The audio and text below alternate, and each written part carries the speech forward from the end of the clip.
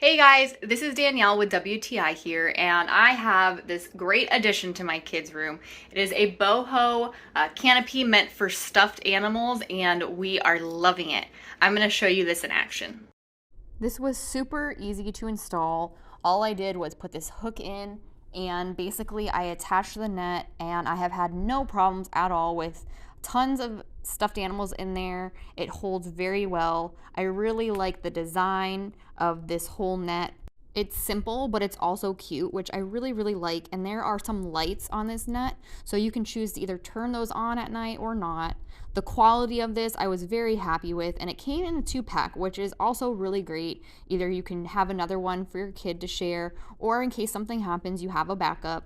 I just think this is the absolute best decision that we could have made to put all of our stuffed animals up here, because now it looks neat and cute and it holds so many stuffed animals. I do not have a problem with my kids' stuffed animals anymore. This has been a great solution.